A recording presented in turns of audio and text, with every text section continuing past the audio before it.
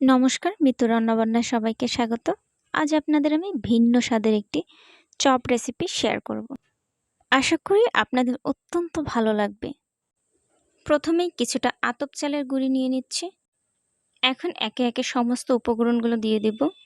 দিচ্ছি হলুদ গুঁড়া ও সামান্য চিনি, আর দিয়ে দিচ্ছি পরিমাণ মতো লবণ।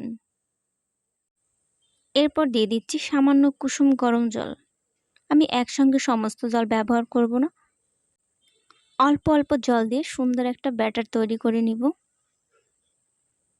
আপনারা চাইলে বেসন দিয়েও ব্যাটারটা তৈরি করে নিতে পারেন, তবে বেসনের চেয়ে চালের গুঁড়োতেই টেস্টটা পারফেক্ট হয়।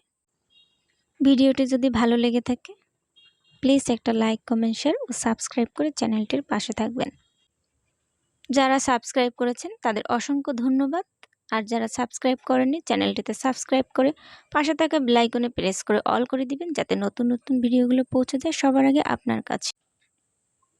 একটা হাঁড়িতে কিছুটা গরম জল করে এর মধ্যে দিয়ে দেব সামান্য পরিমাণ লবণ। এখন এর মধ্যে দিয়ে দেব ধুয়ে রাখা সিম। সবগুলো সিম দেওয়া হয়ে গেলে একটা ঢাকনা দিয়ে ঢেকে 5 থেকে 6 মিনিট মিডিয়াম টু লো হিটে সিমগুলো সিদ্ধ করে নিব। সিমগুলো 50% সিদ্ধ করে নিচ্ছি। সিমগুলো সিদ্ধ হয়ে গেছে, এখন তুলে রাখব। সিমের পুর তৈরি করার জন্য কড়াই দিয়ে দিচ্ছি 1.5 টেবিল চামচ সয়াবিন তেল। এখন দিয়ে দিচ্ছি দুটো বড় সাইজের পেঁয়াজ কুচি।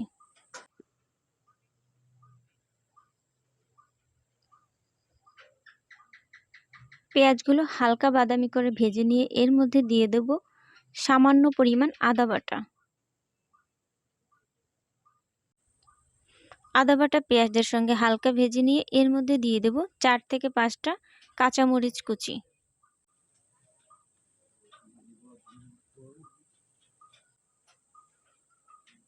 হালকা ভেজে নিয়ে এর মধ্যে দিয়ে দেব বড় সাইজের দুটো টমেটো কুচি।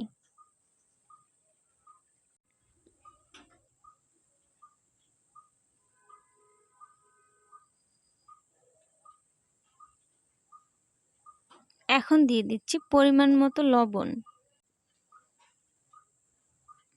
আর দিয়ে দিচ্ছি সামান্য পরিমাণ হলুদ গুঁড়ো। হালকা আঁচে কষিয়ে নিয়ে এর মধ্যে দিয়ে দেব কালো সরিষা বাটা। আপনারা অবশ্যই কালো সরিষা বাটা ব্যবহার করার চেষ্টা করবেন। কালো সরিষা দেওয়ার ফলে পুর ভরা সিম বড়ার পারফেক্ট স্বাদটা আসে। এখন দিয়ে দিচ্ছি ধনেপাতা কুচি।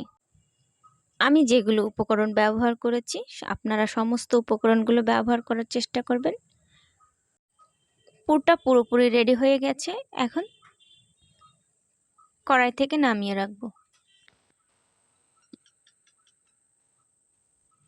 এ পর্যায়ে সিমের মধ্যে পুর দেওয়ার পালা।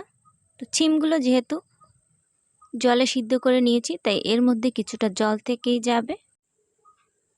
এখন এর মধ্যে পুরটা দিয়ে দিব। সিমের মধ্যে পুর বেশি দেওয়া যাবে না, যদি বেশি দিয়ে ফেলেন তাহলে ভাজার সময় পুরটা বেরিয়ে যাবে।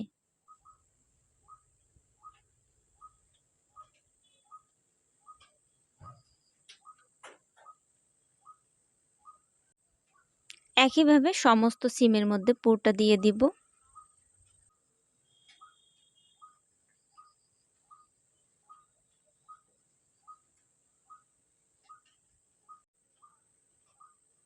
ভাজি করার জন্য সবগুলো সিম পুরোপুরি তৈরি হয়ে গেছে। সিমগুলো ভাজির জন্য পরিমাণ মতো তেল দিয়ে দিচ্ছি।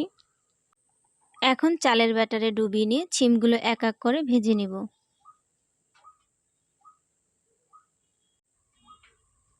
এক পাশ ভাজা হয়ে গেলে অপর পাশটা আমি হালকা আঁচে ভেজে নিব।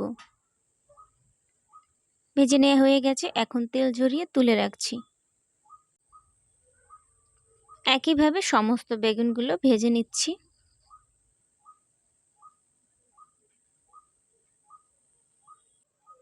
এভাবে তৈরি সিমের বড়া একবার খেলে বারবার খেতে ইচ্ছে করে। একবার হলে বাড়িতে এই রেসিপিটি তৈরি করে ফেলুন, দেখবেন পরিবারের সবাই পছন্দ করবে। ভিডিওটি দেখার জন্য সবাইকে অসংখ্য ধন্যবাদ।